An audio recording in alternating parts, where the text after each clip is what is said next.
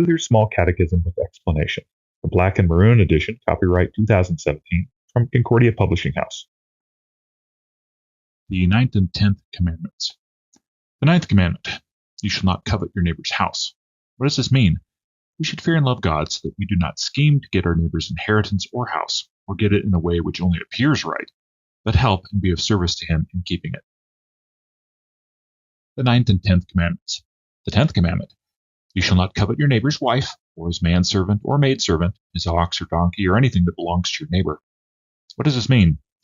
We should fear and love God so that we do not entice or force away our neighbor's wife, workers, or animals, or turn them against him, but urge them to stay and do their duty. Question 90 of the ninth and 10th commandments.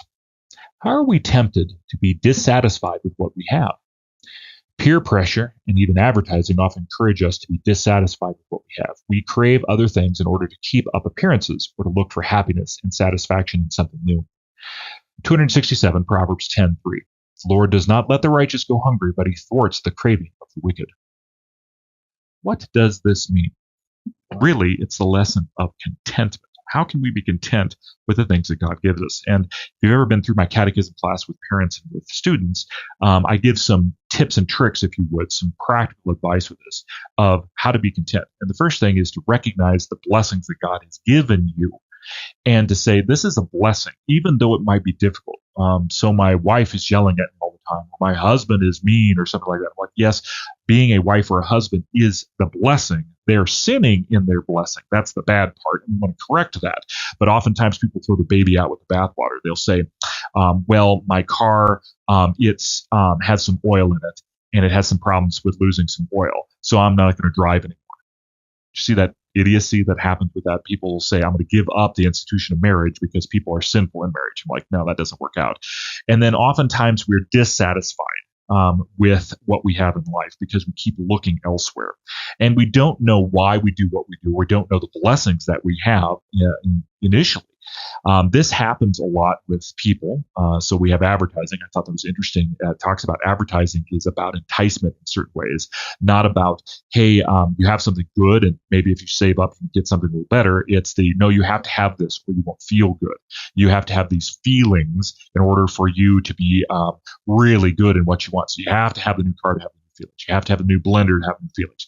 You have to have your new church to have your new feelings.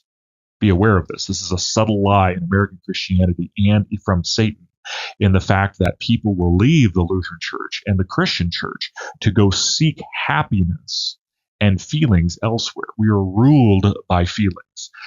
People sell feelings for this. And the sad thing with it is it's just so short term. Feelings are okay, but they flit around with us. We want steadfastness. We want contentment. We want to remain the course on what is good. Even if bad things happen to us, we go, oh, I know the Lord is on my side because he said so in Christ.